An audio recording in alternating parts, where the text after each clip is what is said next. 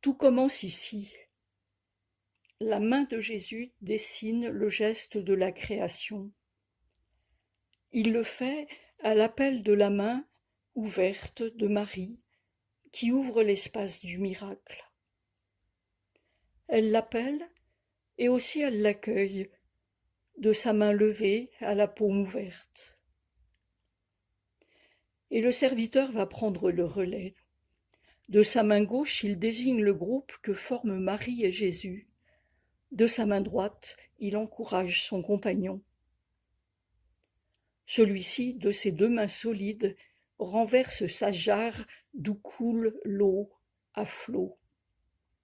Et voilà, c'est du vin. Les jarres vides que désignait Marie débordent du vin de la fête. Tout le monde sert d'abord le bon vin, et quand les gens sont gais, le moins bon. Toi, tu as gardé le bon vin pour la fin.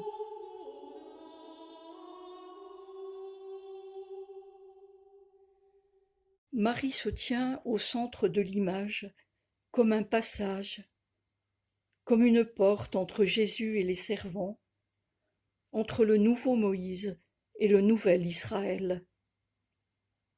N'est-ce pas de ce centre que tout se met en route?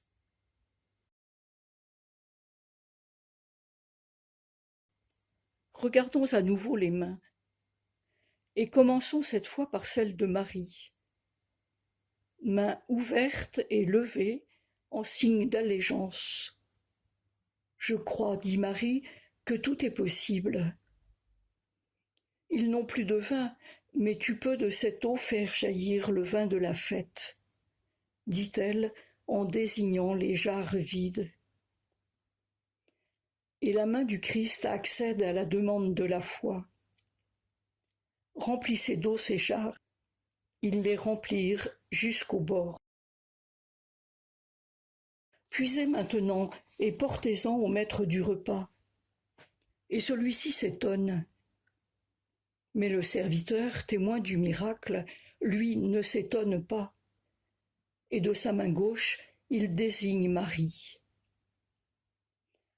Si vous aviez la foi gros comme un grain de sénévé, la foi de Marie a ouvert le chemin pour le premier des signes que Jésus accomplit.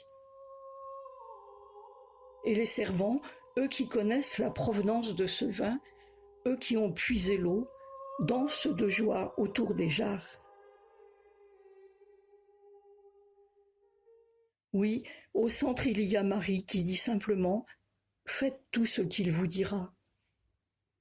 Il y a la foi de Marie qui prélude au festin des noces de l'agneau.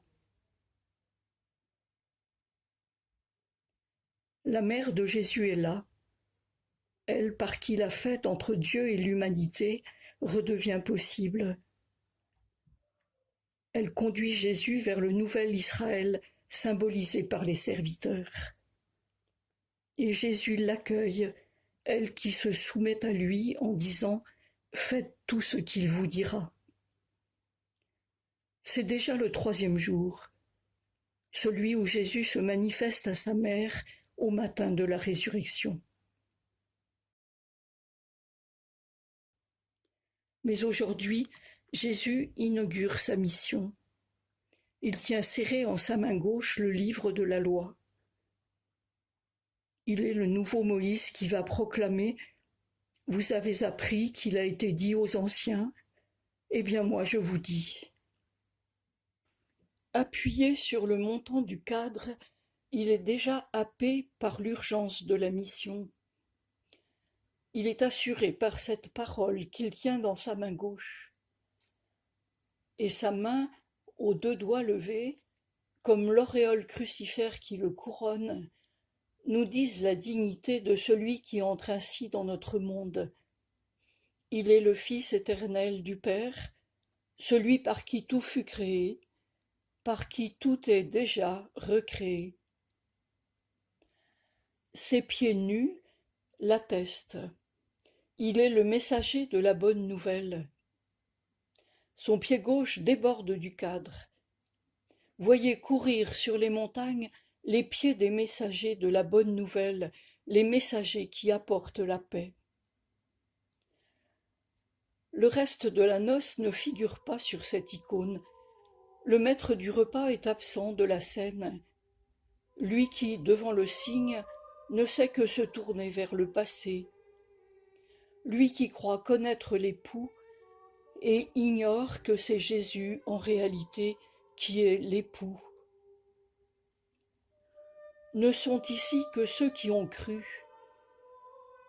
Et nous, qui en contemplant, donnons notre foi au Christ. Ont-ils tout bu ? Demande un père de l'Église.